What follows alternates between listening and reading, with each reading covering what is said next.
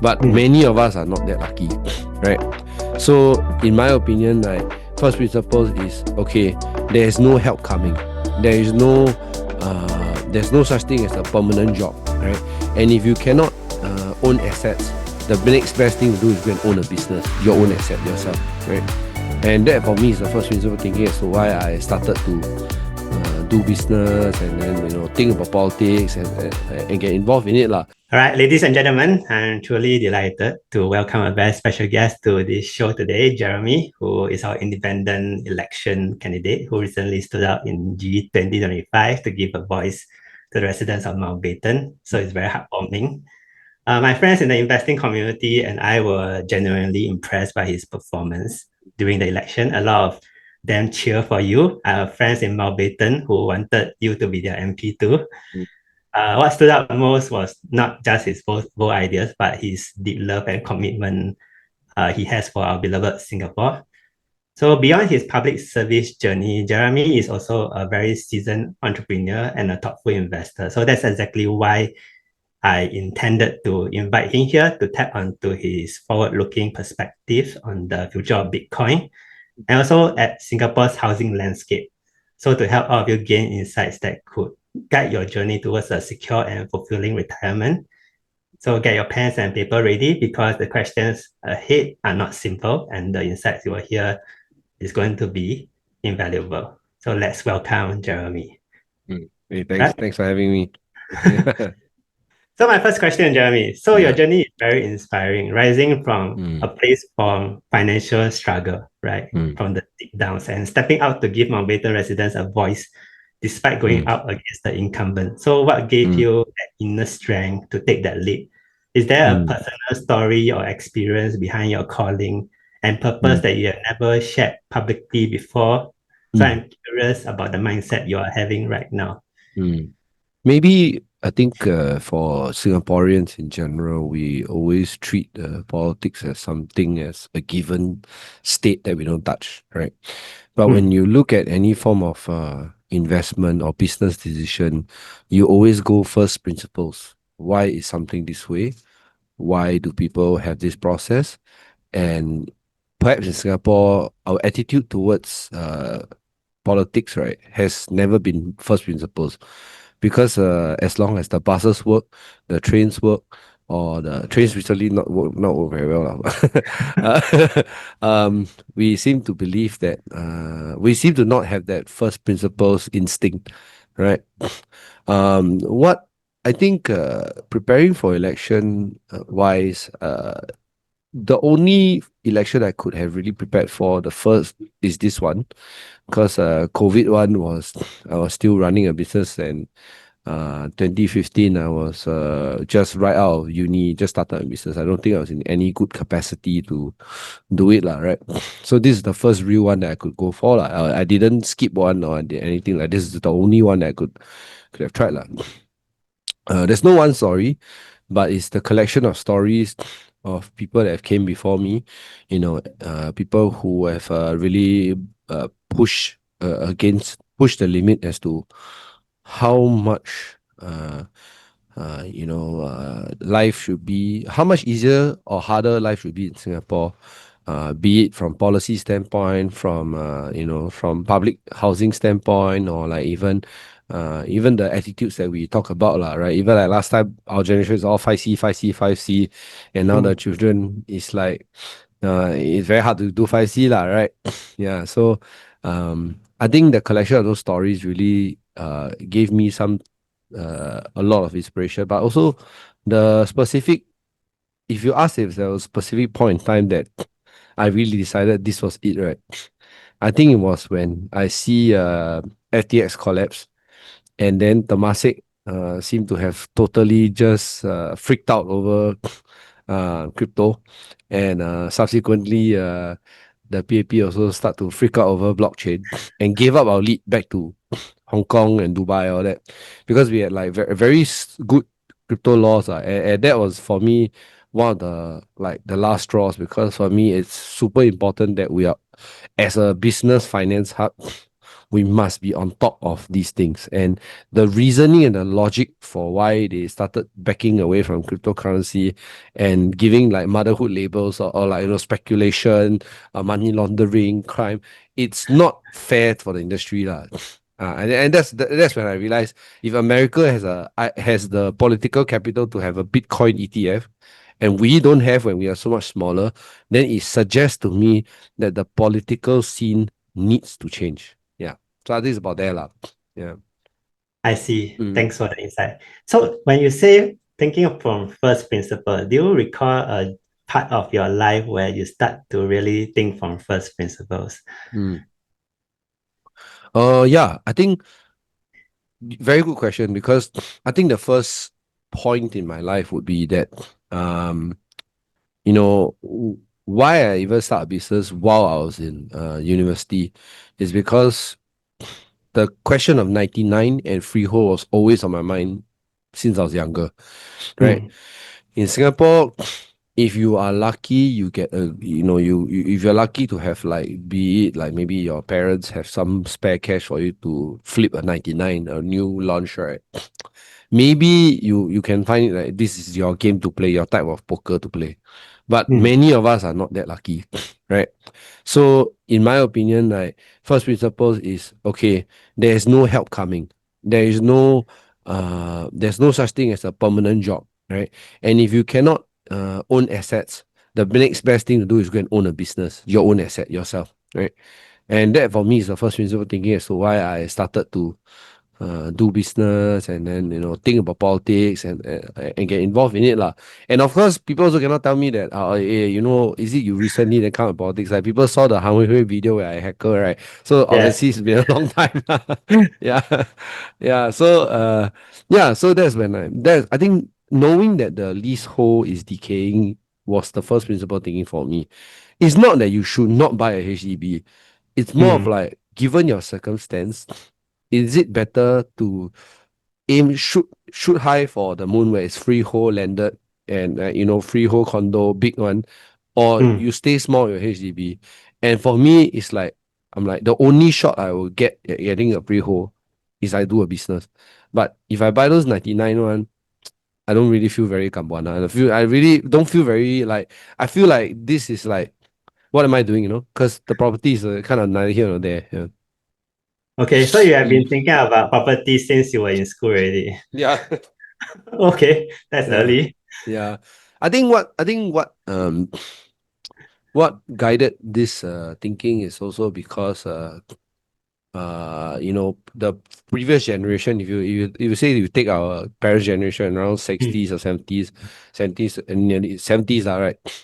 Um that generation had the freedom of mind to do many types of businesses and think of many different types of jobs, because they knew that their property game was not something they need to compete against their peers for. There was no mm, lottery effect, right? mm, It was really about, like, you can get where you stay where lah. You want to stay Panjang, you stay Ubi or whatever, up to you lah, right? There was no real flex lah, per se. But these days you mm. say I stay Queenstown, instantly it became like, wow, wow, wow, like a flex like that, right? And I think that is the reason why, like, for many people, uh including myself, growing up, I stayed near Duxton. So when I see my neighbors windfall twice to get Duxton, as in, like, they from Bukit Merah, they got on block once, then they go to near Outram, and then they go to Duxton. They twice the lottery effect. Like, literally my neighbor, same block. That leaves me questioning about politics even more. Cool, cool. I used to stay in Duxton as well. Oh, So okay. my second question for you is like, can you share a life philosophy of yours that you personally embrace that actually profoundly influence your own identity and aspirations? So like how maybe you give examples of how this philosophy guide your actions and decisions daily and moving forward. Mm.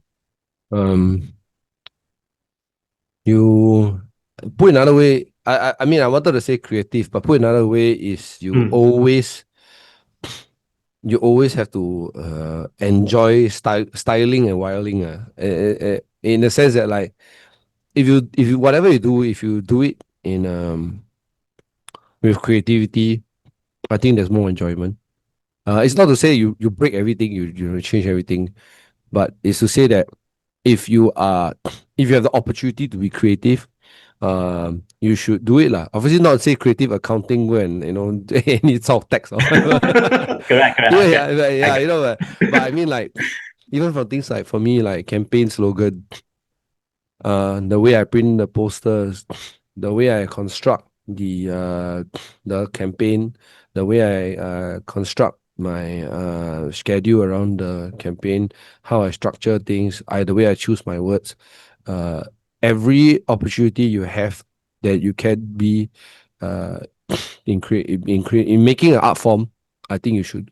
So like you're in investing, you're in trading, should treat it like an art form because you will want to remember in years later. Oh wow, I was creative in this aspect. I didn't listen to people when they know when they people all the parroting all the talking heads say the same thing, right? I was creative and I think that's very important because then you can start to see like well you remember what your piece of work was and you'll be very proud of it and you'll be like yeah that's very good and you want to keep doing new ways, right? Yeah.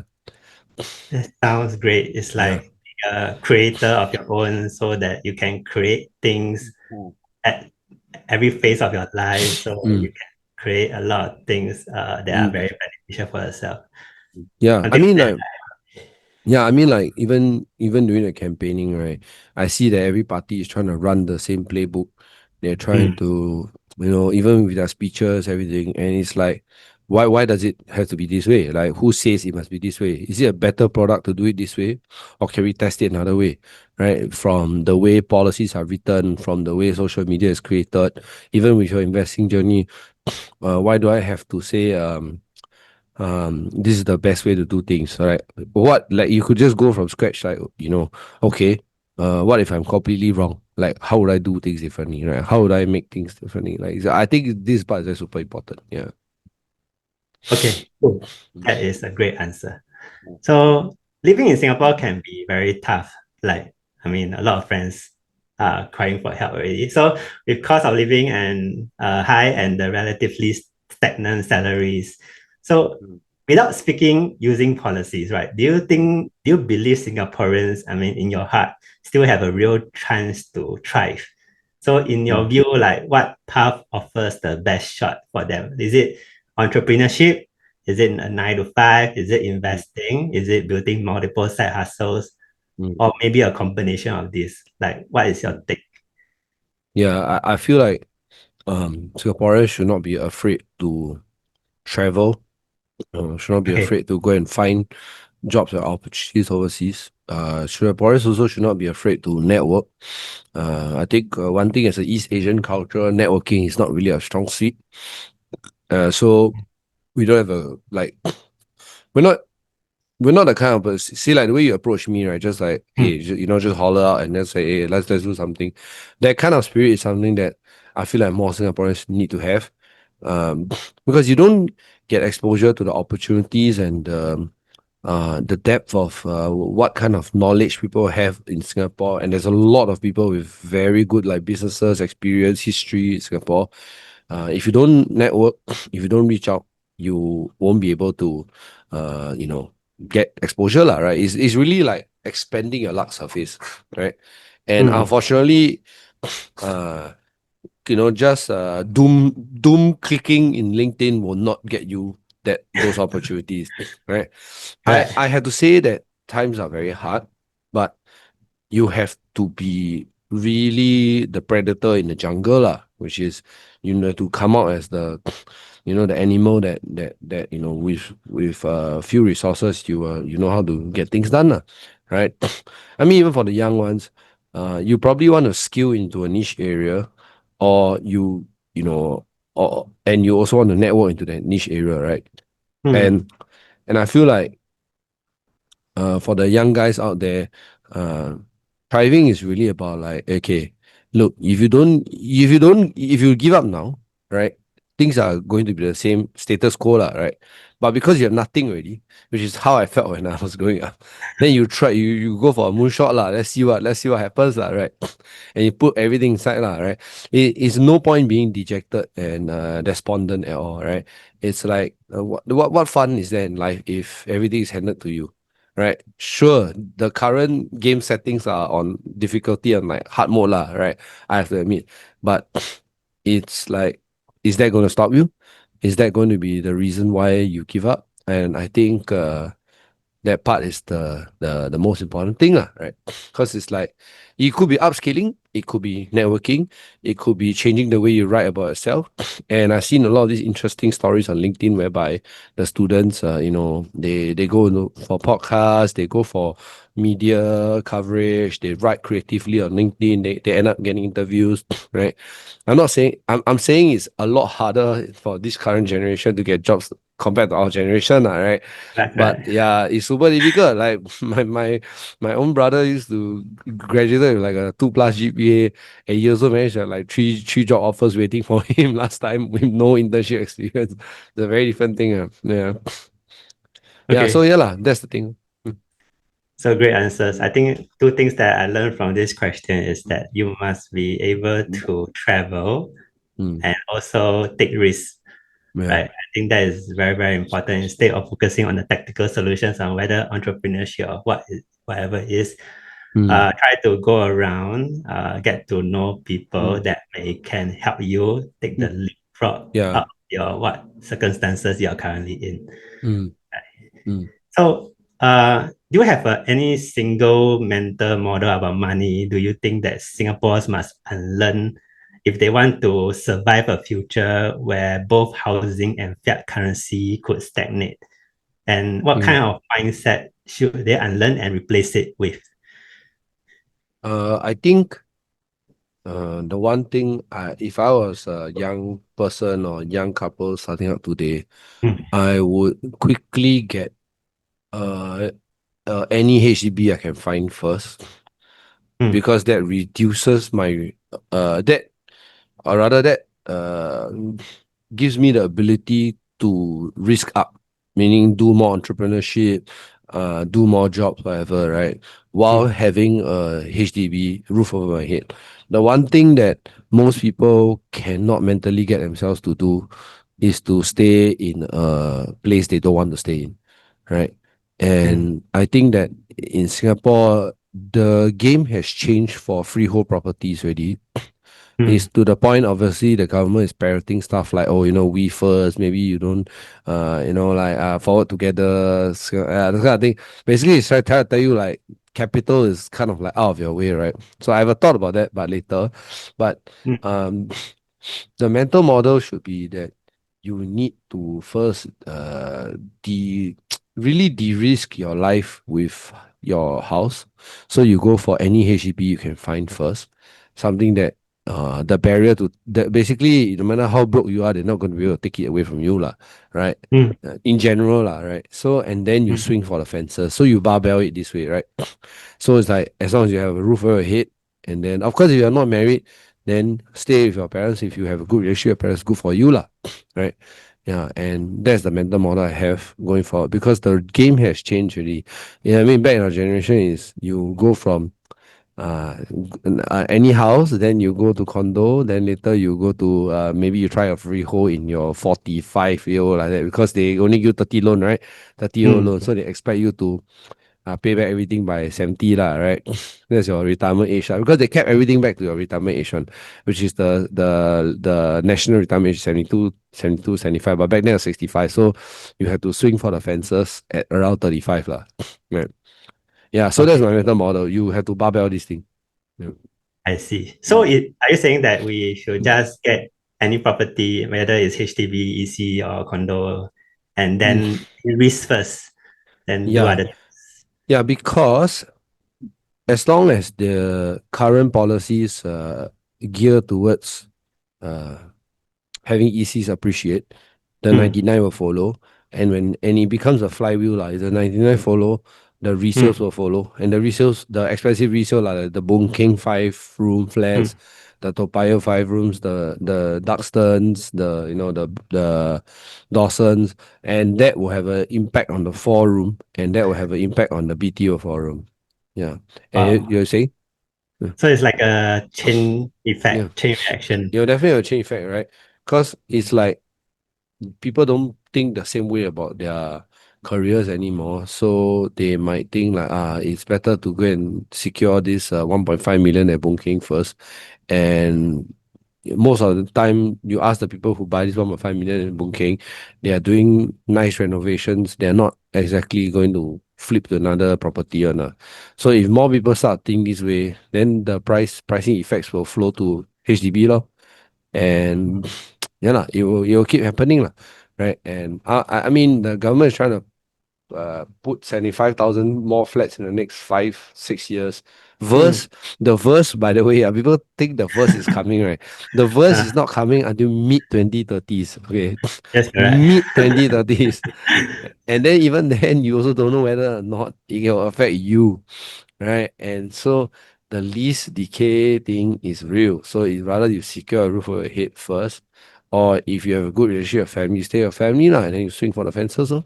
Mm, I see. So it's mm, either stay or family. So is it mm, maybe I'd go deeper into this question. It's mm, like with your maybe just current finances, you mm, budget, and if there is a property like a HDB which is very low cost, you just go for it, whether you like to or don't like to stay there, mm. but you also don't know whether there is the potential for it to have capital elevation. Appreciation. Yeah. Yeah, so you just buy first. Yeah. And Yeah, I mean, from the perspective of if you want to move out at all, right? If you want to have okay, your own house, because for some people, their parents are getting on in the elderly stage of life, and then they might just be like, yeah, I just stay with my parents better, lah. If that's for you, that's good, lah, right? But for some mm, people, they need their privacy, they're quiet, customize their house, nice to be. Just take any small space and do it first, lah, right? And after all, I believe like the reason why you move out and all that, a lot of it is for the privacy of the flow state of the mind. Like a lot of people can think clearer when they're just they by themselves or with their spouse or with their dog or cat, and like that amount of productivity gain cannot be understated, because when you stay in a big house, there will be activities that distract you all the time, right? Could be somebody buy some snacks, then ask you, hey, you know what I mean? Then like cut some fruit, then later your cat and dog do something, and kind of thing, or like somebody will watch TV is loud. There's a lot of distraction all the time. So moving out has a very, very good effect on like focusing. Like I used to sleep in my office, so um it was very, very productive for me, sleeping in my office. Yeah. wow, you Mm. sound like Elon Musk. No lah, that one is a factory. That one is big one. My one is a sofa. Yeah. Okay. Yeah. You got to listen to this answer because it's a very huge mental model that you got to replace it with, that to just Mm, buy a house that you do not like and just have that space to actually think about your creativity and your productivity. mm, Right. So my next question is, most Singaporeans actually view their HDB assets as their biggest asset, right? I mean, it's mm, not crypto, it's not stocks, but their HDB flat. mm, So what yeah. hidden risks do you think many Singaporeans have overlooked and relying on property as their Mm, primary retirement plan? So how mm, can Singaporean households hedge or diversify against those risks? So looking ahead, like beyond just Bitcoin and housing, what other assets do you believe could actually serve us as meaningful retirement pillars mm. for this generation or the next one? Okay, so um with housing, the problem is that we have this belief that I've already said this publicly quite a few times, which is your housing model breaks if you believe that uh next generation of income cannot match this generation of income or be better than this generation of income. And AI is that big hurdle. We are not I mean, even though our GDP, a lot of it is manufacturing or whatnot, um most of us don't work in manufacturing, lah, right? And in export or not, we all work in like white collar PMET, and Mm, PMET jobs. Most of the growth has been to foreigners. In other words, capital mm, bases that won't be here in the long run. And also, even there are conflicting studies on the income growth, lah. But one thing is clear is that most people can agree that AI is going to suppress wages significantly, and it has, lah. Like all the firing, go down is firing. There's so many things that are going on that destroys this idea of next generation housing will be more pricey. And during election, PM Wong said it's a retirement asset. Ong Yi Kang said it's a retirement asset. After election, Madam Ho Ching say, do not ask for goodies. Verse is verse. Right? So it means that they are finally starting to change their stance. Right? So that's the most important thing. People have to realize that it's not going to be a retirement asset anymore. So what else goes into your portfolio if it's not, say, Bitcoin or what? I think the mm, biggest question you should ask yourself is, if you build up anything, the most important thing is you have to build a skill set, lah, which is, if you have some Bitcoin, how do I generate income on that? If I have some stocks, how do I sell calls on that? If I want to own some stocks, how do I sell puts on that? mm, And those things are important life skills, lah. To me, it's very important because stocks and almost all stocks are, other than the Max 7, they will always mm, accompany money flow and inflation, which is mm, roughly what you see. What happened in this year alone, is that you see S&P 500 all-time high, gold all-time high, Bitcoin all-time high, and education prices in universities in UK, US all-time high. So it is not that the market is in a bubble. It's the problem is that the denominator is broken, which is the US dollar. So oh, the flight to save capital, right, has been to Bitcoin and gold, lah, right? So people need to understand that you need to price things relative to hard assets like gold and Bitcoin. If you price crude oil in the last 100 years, relative to gold, crude oil at some point in time went down. So it's not a bubble. If you price anything to Bitcoin, everything looks like a bubble, right? So it's really about, whenever you say, oh, is this a bubble? The question is, what else is not? Because you have to question, you say asset A, asset B, you need to question which one is a bubble. Then you need to compare it against something that's hard asset. Then you know which one's a bubble. Right. I see. Maybe a hard asset is like a property. Yeah, but you see, many of the properties, right, across the developed world also, uh, all-time high, right? And Mm, actually, it's very interesting in Singapore is that we have 88 million square foot of untenanted space, commercial oh, real estate. So that's 88 Vivo cities. All right. wow. Yeah, Okay. from industrial to F&B to shop house have a combined 88 million square footage. Right. There's this obsession that will burst if we continue down this way, because you don't know, there are many silent majority uncle auntie that bought properties here that cannot be tenanted out, but they see it as paper value. Yeah.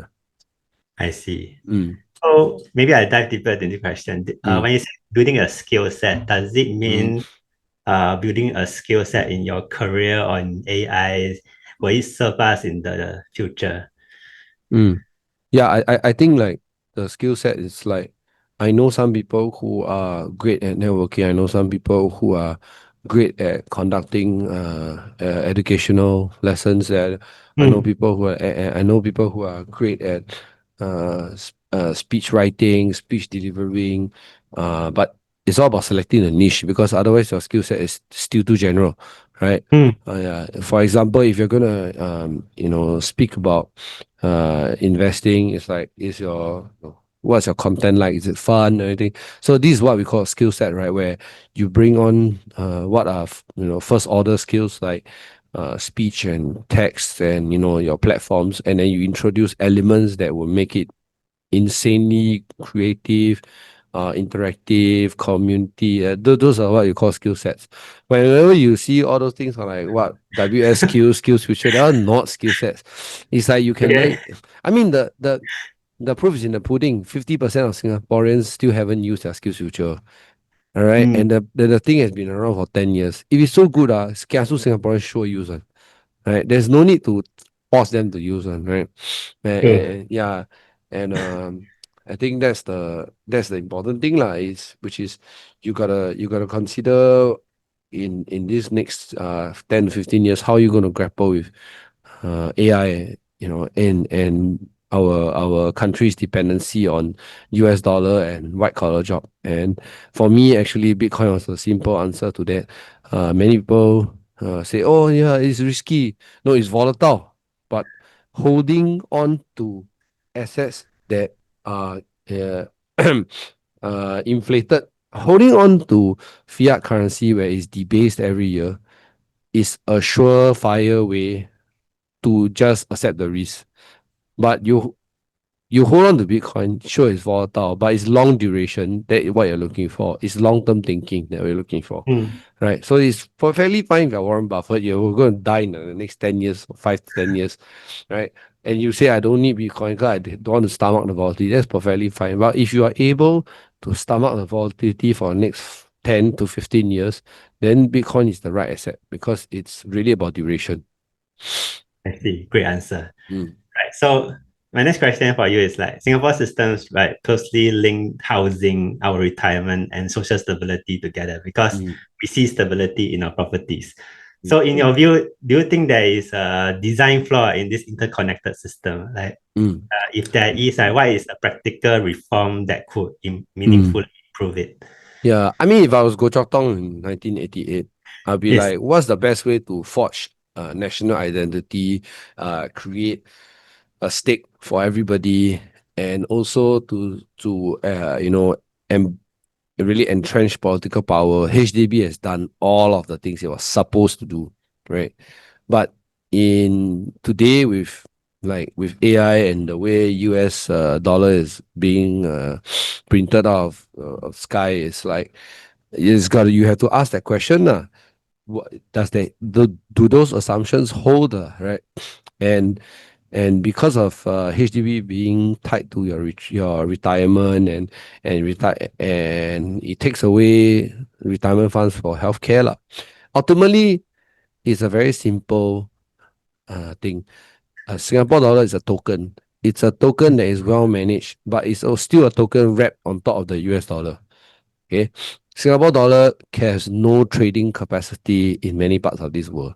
Nobody will accept a Singapore dollar because it is still a G10 token, right? In crypto parlance, in like in degen parlance, basically it is still a shit coin.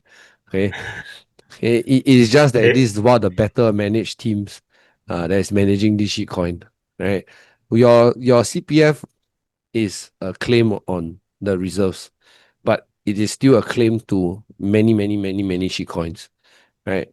The question is whether or not you believe the Singapore dollar can still stay this way and have its value is in the next 30 to 50 years. I think that's the question you need to ask yourself, because for the kids coming on the world these days, they're going to have to believe that Singapore dollar without Bitcoin in its reserve is worth the same inflation proof in 50 years time. Now this is the thesis you will have to accept if you say Bitcoin should not be part of the reserves, because you are saying that human management will get us there and we will be still as good. And that's the reason why I had to put it in my manifesto, because you are betting that in 50 years time the Singapore dollar wins against AI and wins against American forces debasing all our fiat productivity, all our fiat value. So you are saying that if you say that I'm risky, right? Okay. That's a very interesting view because it's the first time I heard that Singapore dollar is a shit coin. But the thing is, Singapore dollar has been doing well despite US dollar doing so badly over the years. Mm, So how do you derive the thesis where it is spread around US dollars? mm. Because it's like one is going up and the other is going down. Yeah, I mean that's what you could say, right? Like Singapore dollar is going up, right? But what is your Singapore dollar based asset that's going up, right? And that's the more important thing to think about, which is like, are your Singapore dollar based assets really going up? Because if not, you will find that only the freehold Singapore dollar based assets is really going up. Freehold land in Singapore is really going up because it's Mm, scarce, correct. finite in supply, and there's a material value because uh, people want peace and security as to where they buy, and rule of law as to where they buy land. So freehold land is truly very, very very scarce and finite, and that's why that's supporting in general a lot of the property values in Singapore. But if you look at what CPF is, it's just a claim over future flows of the Mm, government's tokens, the shitcoin, right? mm, And if one day they discover that, you know, if one day they do asteroid mining in the next 10 years and they found that mm, maybe they found like, I don't know, like 1 trillion of gold or something, which is actually very possible. There are a few asteroids right there right now that people are mm, saying that there's enough gold to be, 100x the value of gold in the world. All the gold we have in our reserves are useless already. That means your every country's currencies, right, need to reevaluate what's the worth, right? And we are heavily gold back.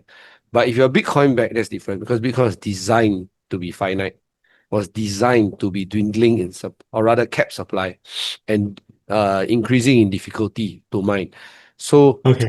yeah, and that's when I say, when you talk about reserves, if the reserves were the CPF and reserve, if the reserves were truly as sound as they were, then your CPF, they don't need to drag you out so often. It'll be always to like 65, then you can take out. Yeah. But Mm, CPF life drags out that term, and each day your CPF is inside and not taken out. It's a duration risk. It's not saying that the government are bad stewards. They are great stewards, but there are forces that you cannot handle. The overseas forces are the ones that you cannot handle. The cost of your medicine is the biggest headache, right? So you look at the two biggest problems, housing and mm, healthcare. Healthcare's oh, problem is everything gets more expensive in US dollars terms. And also you need to worry whether or not the US administration can create a good pharma industry for the world. And then housing, if every house in the world is more expensive even in G10 economies, then every Singapore is included also, right? So yeah, I think that's where it all gets entangled lah. wow, you Mm. connect the dots really well. Mm.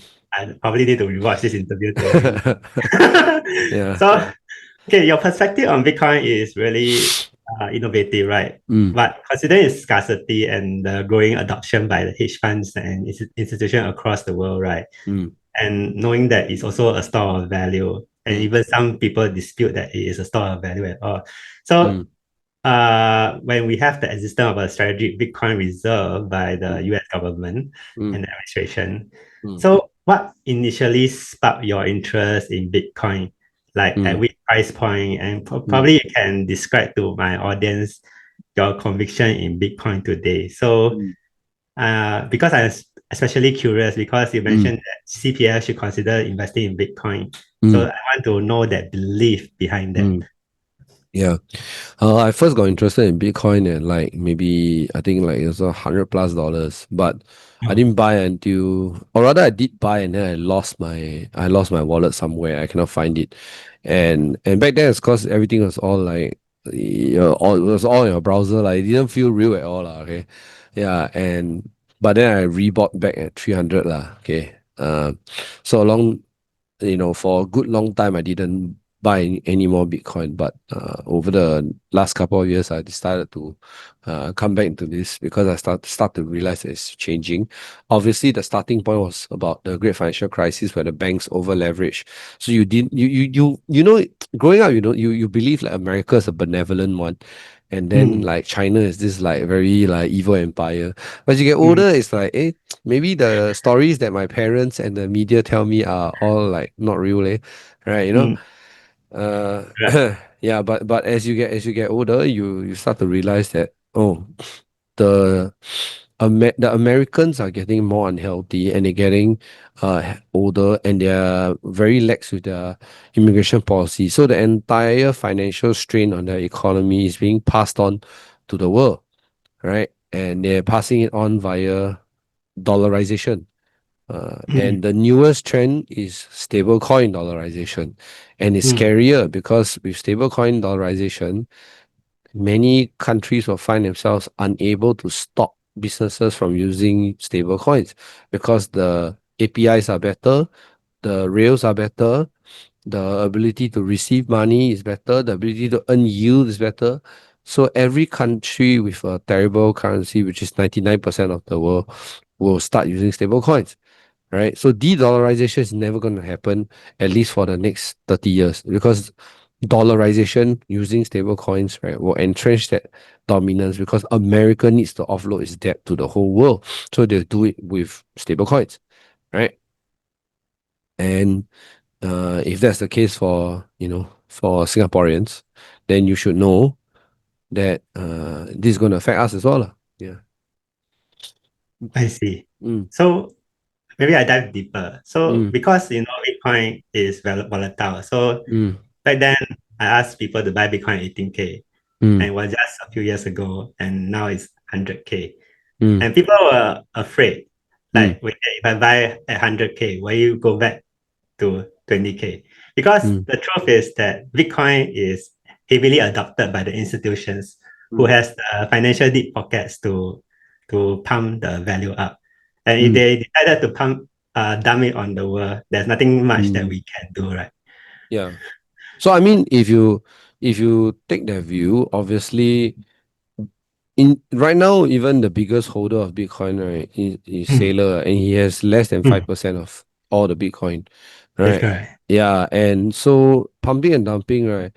While you can say that, sometimes it might move the market a bit, but that's actually not really what's happening on the price, lah. Like that time there was a whale that sold like $8 billion worth of Bitcoin. Hmm. People thought it was the founder of Silk Road. The price just went like it just moved like 1-2K lah. It didn't really Right, matter, and right. then it went back all the way up, right?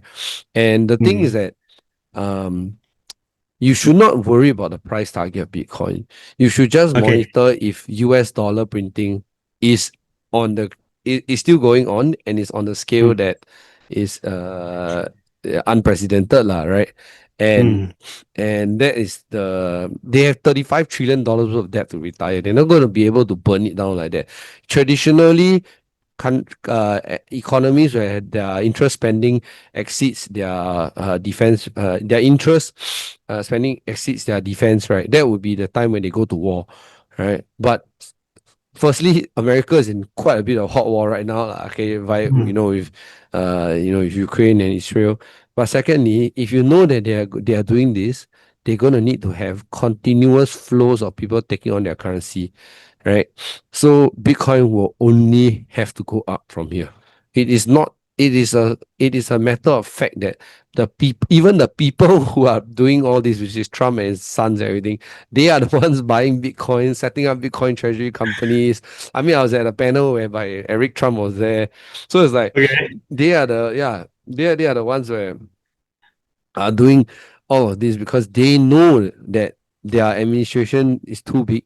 They know that the administration wants to fund all the healthcare obligations. They know that they have war obligations. So if you are an outgoing president where you cannot run again, you will use every way to make yourself rich with Bitcoin, right? And that's what they're doing. They have more Bitcoin than they have property these days. So it's like, it is like there's no worry for price target, right? It's like if I ask you what's your price target for Palantir, it's like it's already 500 plus PE, right? What my price target? But as long as there's a war, there will be money for Palantir, right? Understood. That's a great Yeah, answer. I think maybe yeah, my focus was on the wrong thing, but should be focused on the wrong money supply instead. And of course, we yeah, shouldn't take it for granted that the money supply will keep on printing, so we need to keep an eye on it. Mm. And so because I have a lot of investors friends who still Mm. is Bitcoin, right? Say, Mm. this coin shit coin and waste energy, right? Fake gold, scam, Mm. right? Yeah. Can never truly represent gold. So I'm not Mm. trying to convince them, right? But from Mm. your perspective, what is the strongest argument that a Bitcoin skeptic can make, and Mm. how will you thoughtfully debunk it, Mm. right, to bring clarity? You cannot price something against a denominator when you don't know how much of it there is, right? Mm, Gold, the problem with gold is that you don't know uh which ocean, which comet, which mountain has gold yet, and that's something that is, if you say this is very scarce, it is, but is it finite? It's not, right? Because you still don't know where there is gold. And And don't even get talking about the programmability of Bitcoin, storing it, dividing it, using it, right? Collateralizing it. The functions of Bitcoin is superior to gold. It can be 24/7. The gold market is not even 24/7. The gold market is following your fiat banking hours. So mm, Bitcoin's design is to be the consensus idea of money for humankind. Gold, mm, on the other hand, is supposed to be a rare material that people think is the most valuable. But is it designed to be money? It's not designed to be money. Right. mm. Yeah. And that's what Bitcoin is, lah. Yeah. I see. Mm. That is a good answer also. But what is your take like? Mm. Because like a lot of people are environmental friendly. You say Mm. Bitcoin mining wastes a lot of energy and they don't really like it. Mm. The funny thing about this is that there are many estimates that show that the fiat obligations to energy is even higher. You have your Oh, bank tellers, your ATM, your buildings, your Swift network, your ACH, everything. So um, the combined use of energy for the entire Swift network is the comparable number, and people should research if that is really the sustainable use of energy, because a lot of it is still you know in delay in time. Basically, a lot of the energy being burnt in fiat and Swift networks is in time, and it's in cross-border delay settlements. Yeah. okay, good Mm. answer. Yeah. Thanks. And also, So, last one. uh, A lot because of Bitcoin's superiority as money as it grows, right? A lot of people are finding ways to develop renewable energy sources. So there's innovation on that front as well. Yeah. okay, Yeah. that's a fresh perspective. Mm.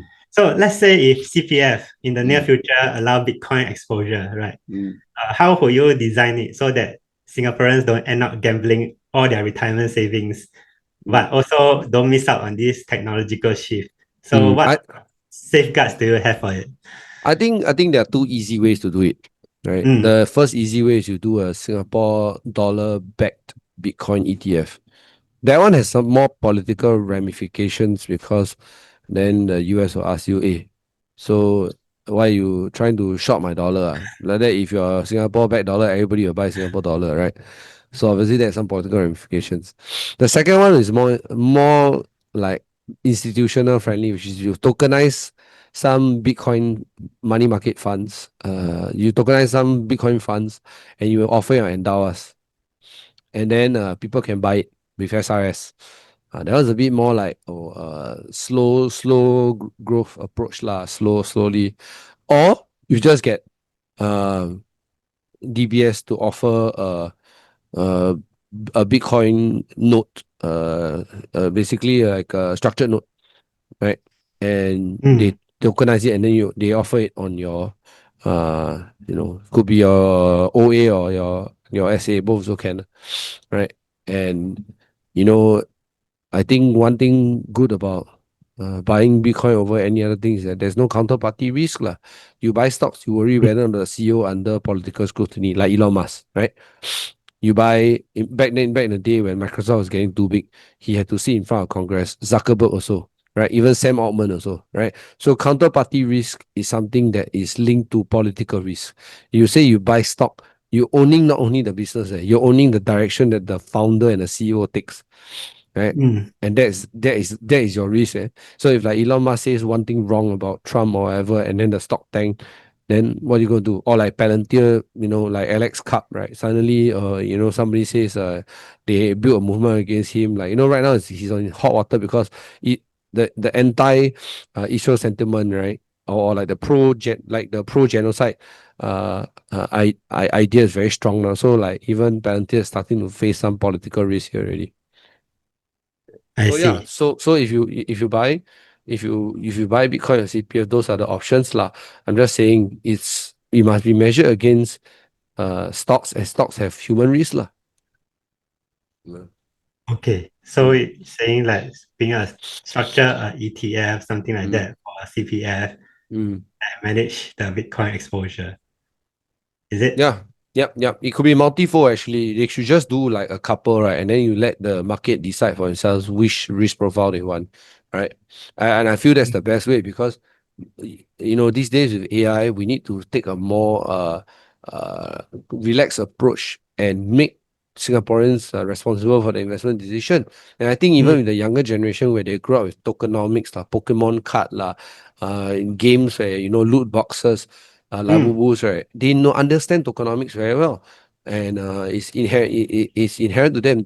We need to get away with this idea that the moment you talk about Bitcoin, it means the uncle auntie lose money in it, that kind of thing. It's like, hey, come on, like you buy there are 600 over stocks in Catalyst, I mean in SGX, and so many of the Catalyst stocks don't even have liquidity. What's the point of having an exchange for those? Okay. Mm, Cool. So, okay, this is my probably the second last question. So, Bitcoin, no cash flow, no dividends. mm, So, how will you evaluate its position in the portfolio compared to maybe productive assets like property, REITs, or stocks? mm, And how do you avoid over allocating to it? mm. I mean, if you really want income on Bitcoin, you just buy there are really ways lah, right? You don't need to take my word for it. You can ask ChatGPT. Hmm. Okay. There are multiple varying risks of it. Bitcoin, you could, stake it. You could get wrap Bitcoin and then get yield out of it. There's a certain contract risk to there. You could do IBIT options. You could sell cash puts. You could sell covered calls, strangles, straddles, anything you want on IB options. Or you could buy MSTR's stretch that gives you 9 to 10%. And obviously, you just buy set and forget. So you buy stretch STRC. Those are the different ways you could be exposed to Bitcoin, but also get income from Bitcoin. Because Bitcoin's volatility is traded in multiple options. There's so many yield funds that trade Bitcoin on. You can buy with your Momo, no problem. So there's so many ways you can do it. The question is not whether you want to do it, right? Yeah, Yes. and property as entropy, property as property tax, property as the headache of dealing with property agents and dealing with tenants, right? And then your REITs, you have a NAV issue. So many people so much effort was being talked about how NTT DC REIT will be this spectacular thing. How is NTT DC REIT doing these days? I mean, Yeah. yeah, if you eat into the NAV to pay out dividends, then what's the point of buying the REIT, right? And that's most REITs lah, honestly. Yeah. Okay. I think there's a lot of gold inside this answer. Probably Yeah. my audience need to think about it. I, I, Besides just holding Bitcoin, think about ways to generate income from it. yeah. I Okay. mean, even these days, all I do is Bitcoin options, MSTR options, and holding Bitcoin, and that's about it. There's no like thinking of what's a stock, just because most stocks, price to earnings are based on interest rates and forward expectations anyway. It's not like you can really nail, and most 99% of the people out there don't know how to nail the right entry levels, or like is it a good investment thesis or not, because it's from knowledge deficiencies, right? It's Mm. geopolitical knowledge. It could be you don't know what Jerome Powell is doing. You don't know what you don't know what the the stock itself is doing. You don't know what who is a competitor that's up and coming, right? So it's like you want to get into that game, good for you lah. But if you want to think lesser about those things and you want to go more towards like maybe it's just that my denominator is broken, then you buy Bitcoin and you don't think lah. Okay, so Yeah. your thesis is around that the denominator is broken, so there is a lot of upward movement. Yeah, if the denominator is broken, right, then all the price to earnings and all the thesis driven investments, right, you have to be good at it. You have to be very good at it. If not, you just better off just buying Max 7 or like QQ, right? That is gold, right? Mm. So my last question is like, if people in my audience wants to learn from you, where should I send them? How can they follow you? No lah, don't say learn from me lah. Yeah, I think it's more of like um I think Because okay. some of them say you are their idol, you know. Oh I no mean, lah. I think like it's more important to understand why. Okay, I always say this. I always talk about two persons that give me great inspiration, which is Lyn Alden and Jeff Park. So mm. JEFFPARK. His radical portfolio is very inspirational to me. The other one is Lyn Alden, LYNALDN. Very inspirational. Like I learned a lot of things from them. And from like understanding the geopolitical investment. Of course, there's also people like George Gammon, Heresy Financial, very macro looking investments, thinking. Because you go seeking alpha, right? There's a lot of noise inside. There's a lot of paid shields, like they just written articles like supposed to pump stocks, and I think that's nonsense. That's all directional betting. And I think the most important you need to learn is geopolitical risk and options trading. Once you know geopolitical concepts better, and you will know that options will reflect those options, and the bond market will reflect the geopolitical risk, right? And then like Oh. you just do what you want. But unfortunately, because I'm thinking to myself, it's easier to just go with broken denominator theory and then just Bitcoin. Yeah, No worries. yeah, I will go and research on all those yeah, books, articles that yeah. you said out, link Sure, it sure, from sure, my sure, audience as well. sure, man, sure, no problem. Right. And let's thank Jeremy for his beautiful time on a Friday to interview with me. Right. Hey, thanks, And thank you. Jeff.